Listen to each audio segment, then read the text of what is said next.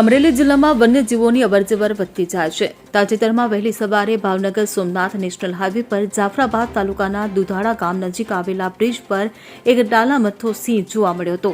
સવારના સમયે હાઈવે પર સિંહની હાજરી જોઈને વાહન ચાલકો આશ્ચર્યચકિત થઈ ગયા હતા। લગભગ 15 મિનિટ સુધી સિંહ બ્રિજ પર લટાર મારતો રહ્યો, જેના કારણે બંને તરફના વાહનો થંભી ગયા હતા।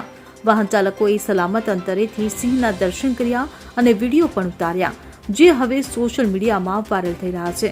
આ ઘટના દરમિયાન સિંહે કોઈ આક્રમક વર્તન નહોતું કર્યું અને શાંતિથી પોતાની રીતે વિહાર કરતો રહ્યો હતો।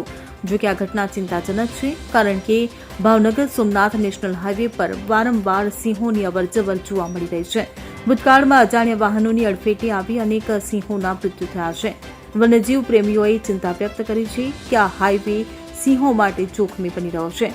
તેમની માંગ છે કે વન વિભાગ અને સંબંધિત અધિકારીઓ આ મુદ્દે યોગ્ય પગલાં લે, જેથી આપણા રાષ્ટ્રીય ગૌરવ સમાન આ સિંહોની સુરક્ષા સુનિશ્ચિત થઈ શકે।